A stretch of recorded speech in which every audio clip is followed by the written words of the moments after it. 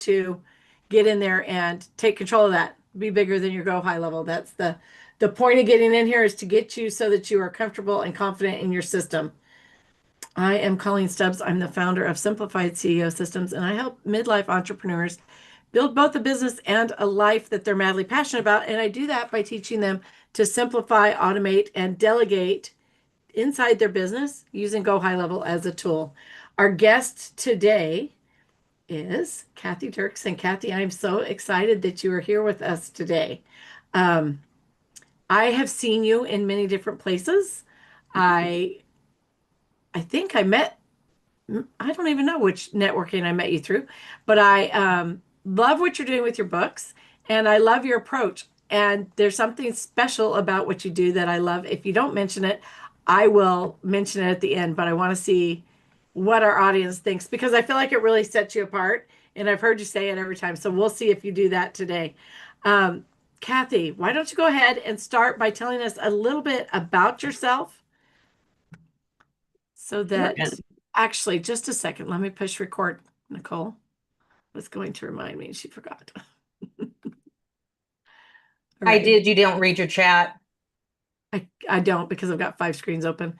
Okay, so all right, let's start that again. Good morning. Good morning. I am Colleen Stubbs. Welcome to Monday Morning Business Foreplay. I am the founder of Simplified CEO Systems, and I help. Why is that not working right? Let's try one more time. Why not be Monday? Okay. Third time's a charm. Good morning. Good morning. I'm Colleen Stubbs, founder of Simplified CEO Systems. Welcome to Monday Morning Business Foreplay. It is the strategic warm up that makes sure the rest of your week hits just right. I am the founder of Simplified CEO Systems, and I help midlife entrepreneurs to build both a business and a lifestyle that they're madly passionate about. I do this by helping them to simplify, automate, and delegate inside their business using Go High Level as a tool. If you are a Go High Level user and you are even a little bit overwhelmed by it, today's a great day to be on here because you can join us for our 14-day simplified Go High Level challenge, which starts today. Reach out to Ashley in the chat. She is my admin. Our guest today is Cathy Derksen, and we are diving into how to maximize your impact as a best-selling author. Cathy's going to share how to clarify the one message that your book should focus on and how to decide whether a solo book or a multi-author book is right fit for your time, your energy, content, and your money. You're going to walk away with a real strategy, real perspective, and probably a few uncomfortable truths because growth never happens in your comfort zone. Cathy, welcome to Monday Morning Business Foreplay. Will you please give us a little insight into who you are as a person, not so much as an entrepreneur, but you have a few minutes here to make yourself relatable to us on the human level.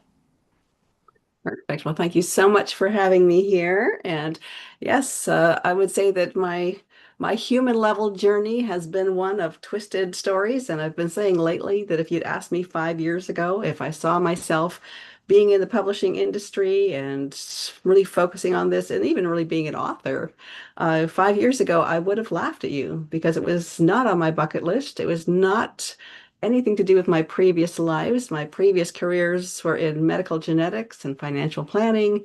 And so stepping into the publishing world is a whole new thing. Very good, very good. And so um, let's just get into it. I know you have a presentation. You want to go ahead and make sure you have the. Sure, let me just share the screen here and get that all working. All right, we'll just get that. Click a few buttons and voila. There we go. All right. And yes, so as Colleen mentioned, the theme that I'm going to talk about today is how to maximize your impact as a best-selling author. And I know in the room right now, we have several people who are involved in the publishing industry on many different levels. So for many of you, this will be very simplified, but really a big focus of my work is speaking to people who are not yet published. And especially for those who really where they are stuck in that feeling, well, I'm not an author, I'm not important enough, my story's not big enough. So really, those are the people that I tend to focus on, the ones that really should be stepping into this world, but are feeling like they're not it's not them. And so just for a quick overview, the main thing that I do is focused on creating multi-author books. Midlife people are my main focus. This is a collection of some of my books so far. And so really the idea is to really, like I said, give people an opportunity to step into the publishing industry. To me, doing a multi-author book is the best way to really just get your toe in the water, get a feel for it. And to date, I have been published in 25 anthologies. Many of those are other people's books that I'm just one of the authors in. And of the collection that I have brought together and put out in the world, I've just published my 11th book. So got to update this picture. And so really this is where my heart is and where the big spotlight, the focus of my work is. And so, as Colleen mentioned, today we're going to kind of do a quick overview of the value of being a published author, looking at solo versus the multi-author book opportunities, and then the opportunities that are created by your book and how you can personalize your visibility with a book. And so, people often underestimate the value of being a published author. And I would say in this day and age, as an entrepreneur, and especially if speaking is something that you are putting on your list of things that you do in your business, I would say that being a published author is required.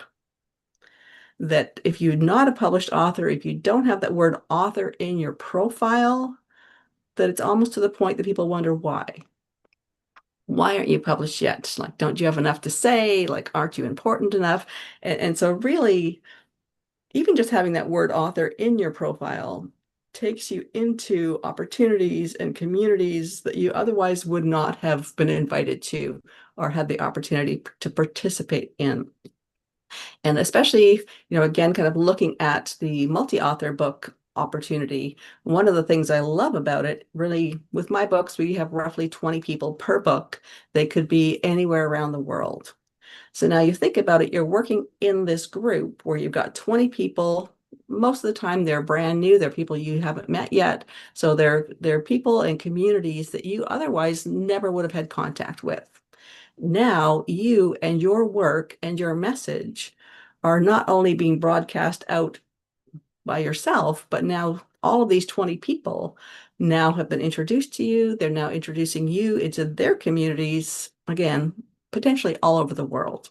So that is one of the big ways of really promoting yourself and expanding your network in a multi-author book. But even just having whether it's a solo book, whether it's a multi-author book, there's an automatic feeling that people give you this different level of authority and credibility as an author. And of course, in my mind, doing a solo book especially, it should be your crown jewel, that thing that really brings together what you have to say, what you're all about, and what your core message really is. And yeah, so here we're speaking about a few of these things. And as a speaker, I think that's another one of those spots where if you don't have that word author in your profile, that you're left out of some circles. A lot of people who are organizing, whether it's conferences, summits, podcasts, they will often look for people who are authors first. And I think part of that is that assumption that if you're an author, you must have something important to say. And if you're not an author, that you're not at that level yet. So again, there's that kind of assumption that fits in there. And when we're looking at, like, if you haven't stepped into the publishing world yet, and you're trying to think, okay, should I focus on doing my solo book? Should I step into a multi-author book? And I would say in most cases, people are encouraged. You should do your own book. But one of the ways of looking at it, whether you should do a multi-author book or focus on doing a solo book, really comes down to several of these factors. I think we've all met people who have been working on their book for 10 years, definitely 5 years. I've met someone, it's been 20 years they've been working on their solo book. And so you think about it, Obviously, it doesn't take 20 years to write a solo book, but many people get caught in that whole process of not knowing what to do next. How do I get through this? And to me, one of the big things that really catches people up, especially working on a solo book, is imposter syndrome. Especially with the first book, that feeling of, well, I'm not really an author. Will people even want to read my book? Do they care what I have to say? I find that that's the thing that keeps people stuck for those years and years and years with never finishing their solo book. But obviously, like I said, writing a book should not take you that long. But it does take a significant amount of time to do a solo book where you have to create the whole plan, you've got to do all the content, then you've got to find the publisher, find the editors, put it all together. There's a lot of different pieces to it. And then, of course, there's the marketing end as well, that's now it's taking your time alone. And so there's the time, there's the investment involved. I would say most people still have the idea that the traditional publishing world is the only way to go, and that they need to go find a publisher who is going to adopt them and publish their book, and often have this idea that, yes, they're going to publish me. I'm going to make millions of dollars from the sale of my book. I'll live happily ever after. Whereas I would say for the majority of people, especially with their first book, it's unlikely they will get picked up by a traditional publisher.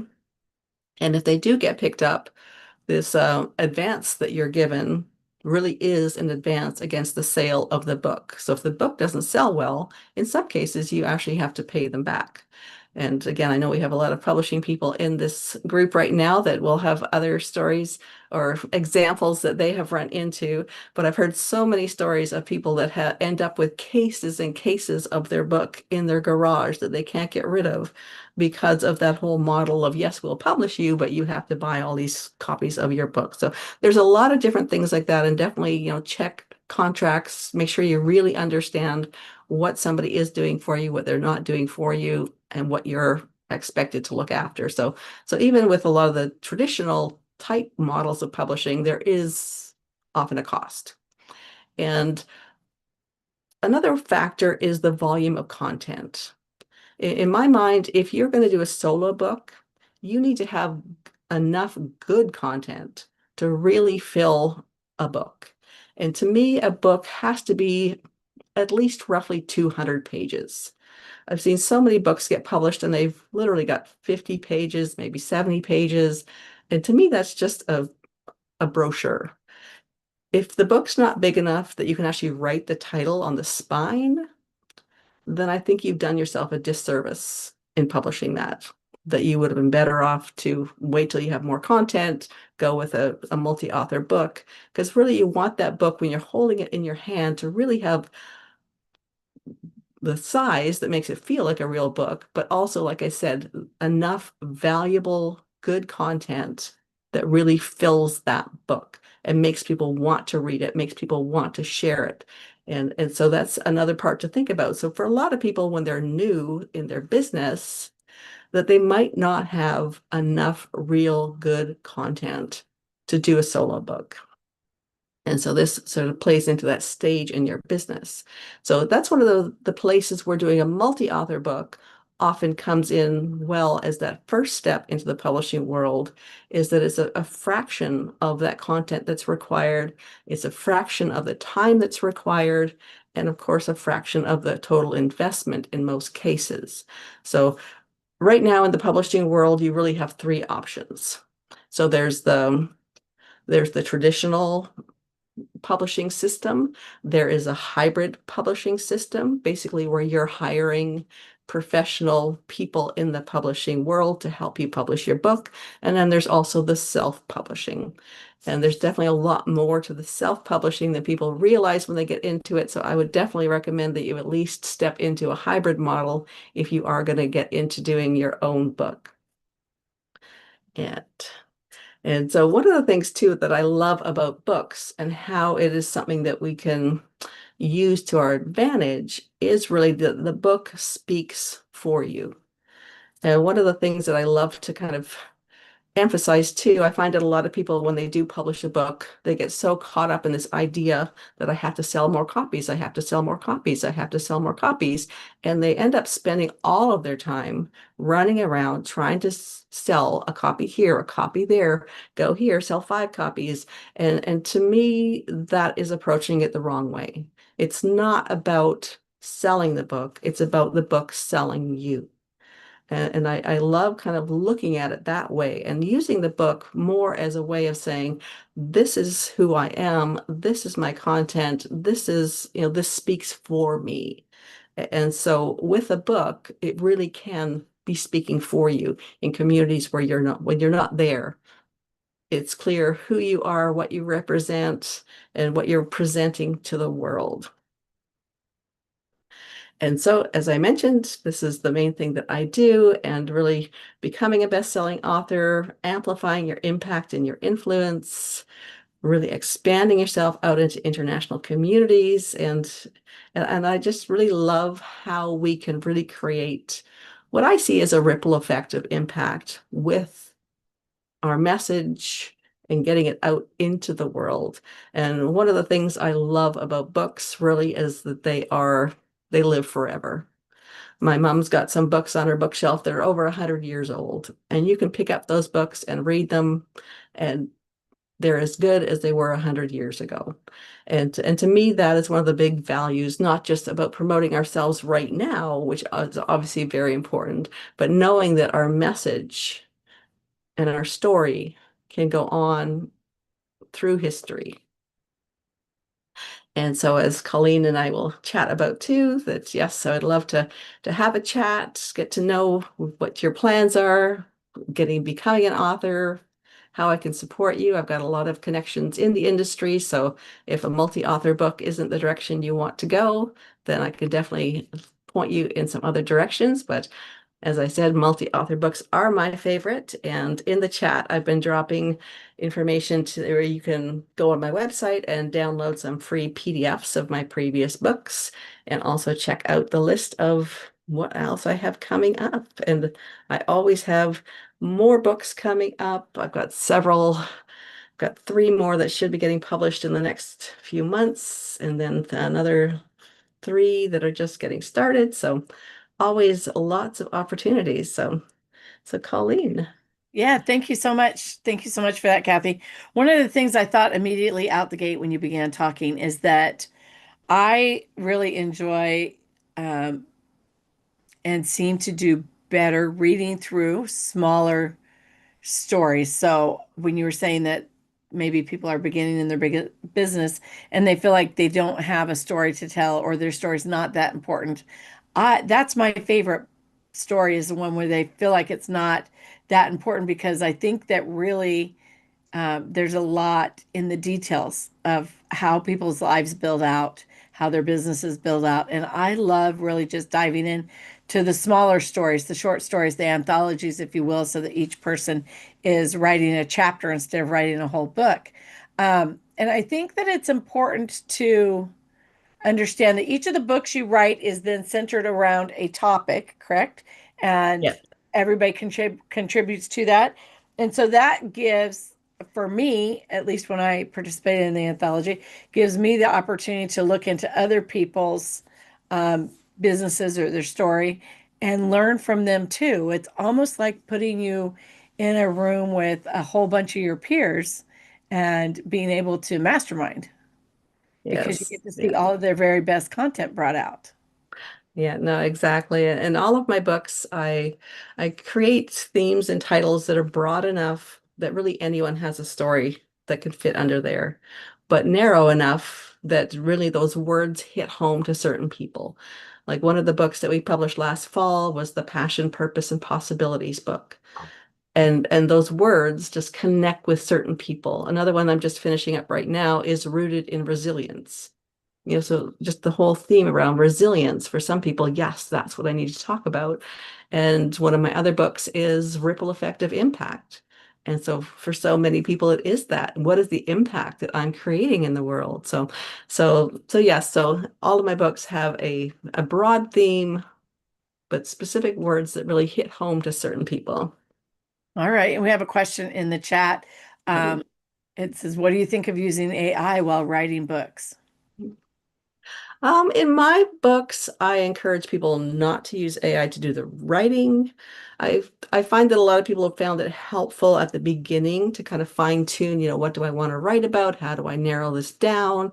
And also at the end, when you've done your writing, to kind of ask it, how can I streamline this? Have I been repeating certain ideas? So I see that there's some uses for it, but I definitely do not support using AI to do the writing. I would agree with you, and I think Lil agreed with you in the comments too. I think that AI is an amazing tool, but if you were to use AI to write your chapter or your book, then you lose your voice. Yeah. And I really believe that even if you have your AI trained in, you're still going to lose your voice because it's not you. And it's important to have your idiosyncrasies in there in your writing and how you speak to have that integrated. So, how many words or pages, if we were doing an anthology with you, you said nobody should write a book that's under 200 pages, but if the people for the people that are interested in doing an anthology with you, or is that what you call it when it's all combined? Well, I use a lot of different words. Anthology is the word that I prefer, but I realized after a while that a lot of people don't know that word. So I would use it and they're like, what is that? Which surprised me. So now I started using things like multi-author book, collaborative book, compilation book. So Okay. all kind of meaning the same thing. Okay, so when writing one of these with you, when working with you and doing one of these, how many pages or words or what's the goal? Yeah, so in my books, I have roughly 20 people per book. They're each writing up to 2,500 words, which is roughly 4 to 5 pages in a paperback. And then they all get their own bio page, which has their photo and a half page of who they are and what they do and a direct contact for them. So it really becomes a great lead magnet in their business as well, because in the chapters that we do, it's a combination of their own personal journey, what they've learned along the way, and then sharing some tips or tools or strategies that they would want the reader to walk away with. So really that core message they want to deliver with their chapter. And then right beside their chapter is that bio page. So when you think about the whole know, like, trust model of, as an entrepreneur, when someone's read your chapter, now they feel connected with you. They feel like they know you. They feel like they understand what you do and why you're doing it. So if they are someone who is that right match for you and your business, they will get that feeling of, wow, I need to talk to her. I need to learn more. And then your contact information is right there. So it really becomes a natural kind of connection. Okay, and then how many pages does that make your book? If they're only 4 or 5 pages and another page, so you're looking at 120 pages, is that about right? Oh, well, usually once we've got the intro and everything else in there, they usually end up, let me just see what are here. Oh, I'll see exactly. This one's 250. That was and and really, to have a nice spine like that where you can easily have the words that I'm holding that upside down. Where people can actually read the title, see who the authors are, and people don't think about something like that, like the size of the spine and what the book feels like when you're holding it. Whereas I think that's actually really important. I would agree. Okay, do we have any questions? Let's open it up for the audience.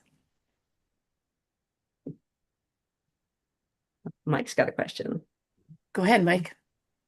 Oh, hey there, Cathy. I had a question about you see a lot of people with their how-to books that get to be a little bit dry with the how-to when it comes to people business. Like this is how I did my business, and how do you make that?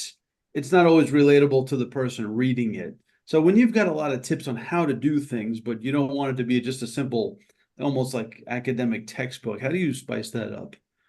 Yes, yes. Well, and that would be one of those ideas too that fits into what I was saying about sometimes people really don't have enough content to create a good solo book themselves. But definitely I find stories are the best way to really, like you say, kind of add flavor to something like that, giving examples, giving real life stories, giving whether it's their own personal stories or clients that they've served and how that's gone for them, but real life stories, I think, are the best way to really spice it up, and real examples of where these points can be used. Oh, thanks. Carl? Yeah, how popular are anthology books versus a solo book? Do a lot of people like the anthology? Like, as far as how popular in the reading side or in the writing side? Well, do people want to read more of a solo book that someone wrote about themselves or whatever the Yeah, topic yeah. is, or do they want to read snippets of different people? I would say they're probably pretty close to equal. And especially these days, a lot of people don't have time to really sit down and read a whole book or really focus on it. And one of the things I love about anthologies is you can really sit down and read one chapter. That's the whole story. That's everything right there in that nugget. And and for so many people, really, that's as much time as they've got for reading at that moment. And especially when I look at people that commute, people that are, on planes, to pick up a book that's you can just read that one piece and not feel like, oh, now I've got to keep going. I get caught into, oh no, I need to read another chapter. I need to. Yeah, I know those people that stay up till 2 in the morning because they're reading the next chapter and they have to Right. keep going. Right. I used to say when I was raising my kids that if I got a good book out, then my home went to hell in a handcart because I don't care what they did, what the kids did, what the house did. I would just sit and read.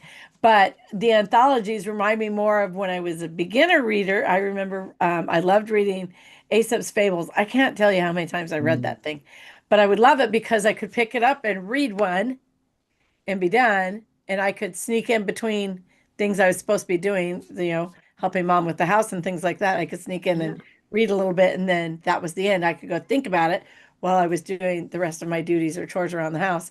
But absolutely, that's a big draw for me, as I love that it's short. You can have little small bites. Lil, you had a question. First, Aesop's Fables. I think everything you ever needed to learn in life you can do by reading that, and everything from Dr. Seuss, and you're all set. So do you coach them too? Do you work with them when they Yeah. can't write? What do you do when they're struggling to write? Yeah. So Is that everybody, part all of of your the practice? authors. Yeah, I make my calendar open to all of my authors. So based on what the level of support they need. So we can jump on Zooms and flesh out those ideas of what do you want to write about? How do you narrow it down?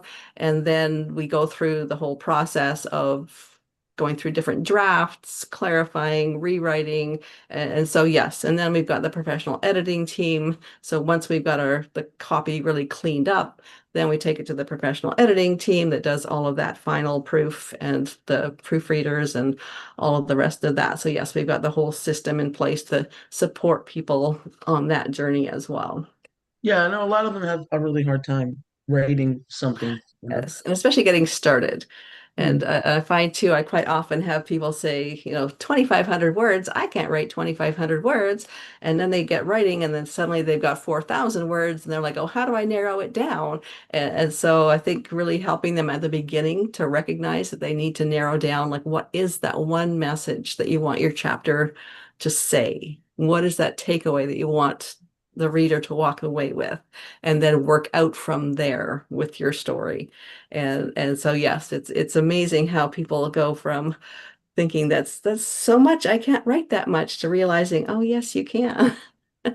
And so, Cathy, I'm a systems girl. And so when you say that, and there was some chatter in the chat about using the AI to create an outline. And I feel like for me, when I look at this with my weird little system eyes, I would say, okay, here's my outline, here's my main point. I need to come up with this many words, and so I'm going to dedicate this many words to this part of the outline, this many words to this part of the outline, this many to this, and then break it down that way. Is that odd, or does that seem to be the norm? I don't think I've ever had anyone break it down as far as this many words for this and this many words for that. but more creating that skeleton and then fleshing it out from there. Because certain parts of it are going to need more context, more explanation, more of the story, whereas other parts can be kind of just clarified with a couple of sentences. So yeah, I've never had anyone approach it quite like that, but I guess if that's what works for you. This is why I'm a baby author and not a big girl author yet. So, alrighty, there is something when somebody gets published. Tell us about the end process. There's something you do that I really like. Yes. Well, I think the part that you're hinting towards is the last year, one of the things I started doing is taking my authors to New York City and having billboards in Times Square. And for many of us, that is a big thrill and a bucket list thing. But one of the so we did 2 trips last year. We did a trip in March. We're going back in October. And so all of my authors have the opportunity to either be on a group billboard. So it's got the book in the middle and like 4 of them with their photos and names around the book, or they can have their own solo billboard where we would obviously include the book, but then they could also choose if they have a tagline or what wording or other image they might want on there as well. So that has definitely been fun. And kind of looking at this idea of bucket list as well, one of the things that I love about, especially with new people, getting them into the publishing world, I think I've heard that like 92% of people have it on their bucket list to become a published author, but only about 5% of people ever do. And so I would say for most people, they put it way back on their bucket list, way back on the back burner, like, well, that would be cool, but that will never happen. So when it does happen, what I love is there's actually quite often this shift in the feeling of what's possible. We thought, well, that's not possible, but now I just did that. So to me, that's one of the things I love, especially with these multi-author books where you've got people coming in that never thought they would ever be an author. They would never get into the publishing world at any level. And so to have them go through that shift of, wow, what else is possible for me? And I would say the billboards in Times Square for a lot of people is another one of those things that we've all seen the movies. We've all thought, wow, wouldn't that be cool? But that'll never happen to me.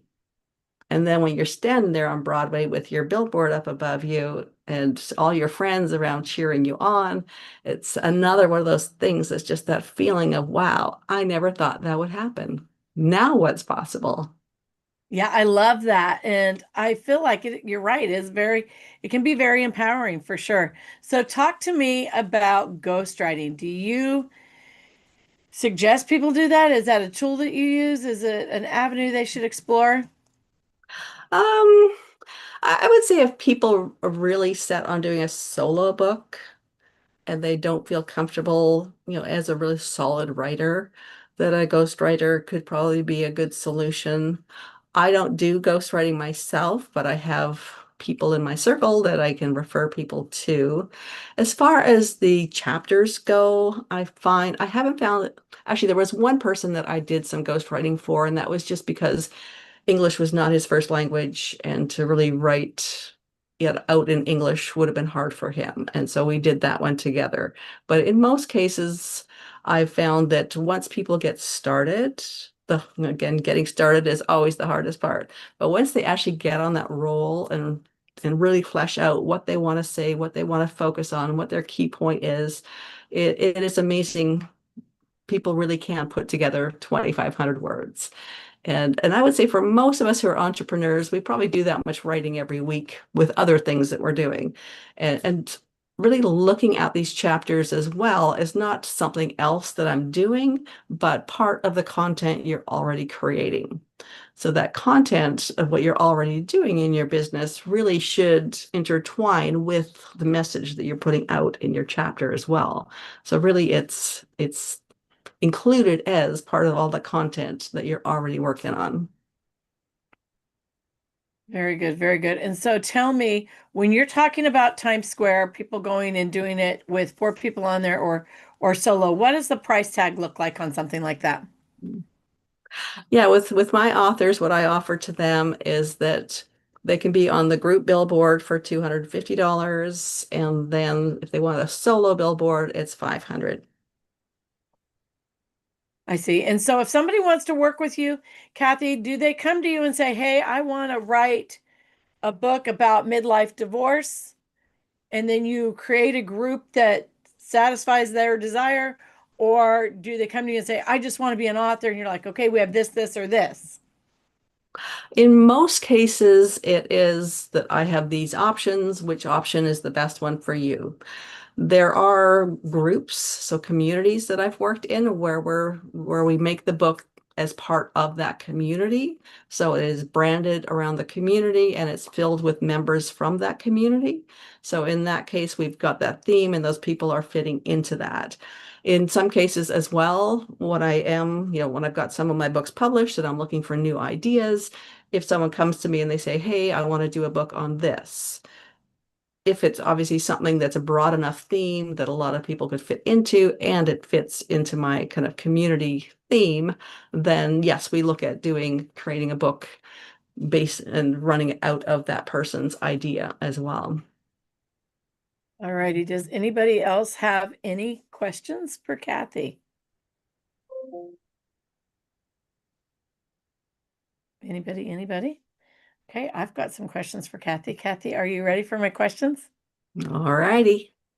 Hot seat question. What's one thing everyone in your industry is doing that you think is complete BS, and why are they still doing it? One of the things that I see in the publishing industry that I would put in that category is that I think there's been a very good job of keeping it as an elitist thing and keeping people, the general public, feeling like, well, I can't fit into that. I'm not an author. I'm not good enough. And so I think to me, that's the part that really has to change, that we have to make it clear to people that there are support systems that are, like we're saying, that there's writing coaches, there's editors, there's ghostwriters, so if you've got a story that needs to be shared, if you've got a business that needs to have a book, don't feel that you're not this, you're not Stephen King, so I can't write a book. Well, Stephen King had to start somewhere. It's all about starting where you're at, getting the resources that you need and building out from there and making it happen. So to me, that's the thing that I would really focus on, that's getting away from this elitist feeling that only this group of people is allowed to get published. Okay. Question number 2. What's a mistake you personally made that cost you serious money or time, but you kept making it anyways because you were either too proud or too scared to admit that it wasn't working? Oh, the one that comes to mind is this difference of multi-author book versus solo book and where I can support people. And when I first started doing this, I thought, oh yeah, I can help people with their solo books too. The multi-author book is my focus, is where my heart is. But sure, if someone comes to me and they want help with a solo book, I'll do that. And then I had a few people that did come to me and wanted me to do that. And I recognized that it's a whole different game. Doing one chapter versus doing a solo book is a completely different project. And the time and focus required for that requires a specialized person. And so I have now stepped into my circle. My focus is the multi-author book. When people come to me and they want to do a solo book, I have people that I send them to. Very good. And then let's get to question number 3. If you could give only one piece of advice to someone in your industry, but would go completely against the grain, what would it be and why is it worth the backlash? Mhm. Yes, and I think when I look at that as far as in my industry, I will focus that question on the writers, not the publishing end. And going back to that idea that don't get stuck in that imposter syndrome that you are not an author or you've never done this before, so you can't do this.